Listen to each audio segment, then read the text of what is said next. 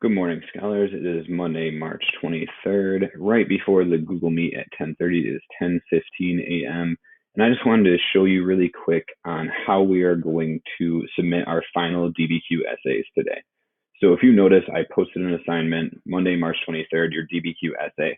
This is because I want you to submit all the parts that we have been working on of that extended response in one document so that I can grade it very easily. So let's get right to it. You open this up, DBQ essay. The rubrics are here if you want to look them over. The technology booklet is here if you still need the documents and everything, so that you can make your final edits, so that you can go through everything one last time and make sure that it's all good. So I'm going to go ahead and open up my document. All right, so what you're going to do is you're going to write your name up here so that I know who you are.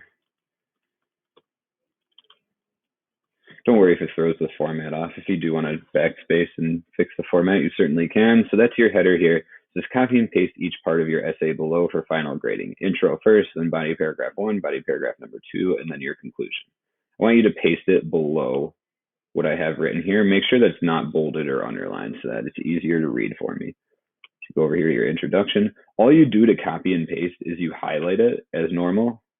You hit Ctrl and C at the same time. When you go back to the other document, you hit Ctrl and V at the same time. And that should paste your intro paragraph. Let's move on to our body paragraph. Same thing. Highlight it all. Ctrl C, back over, Ctrl V. And you'll notice it threw off the font. That's okay. We're going to fix all of that at the end. Go back to our second body paragraph. Same thing. Highlight it all. Ctrl C, back over the other document. Make sure you go to the next paragraph. Ctrl V. That pastes your other paragraph. Now we just need to get our conclusion in this document. So you go over to your conclusion document, highlight it all, Control C, and Control V. Just make sure that the format follows an essay format. So when you look here, I have all of my paragraphs, and I am going to just highlight all of this.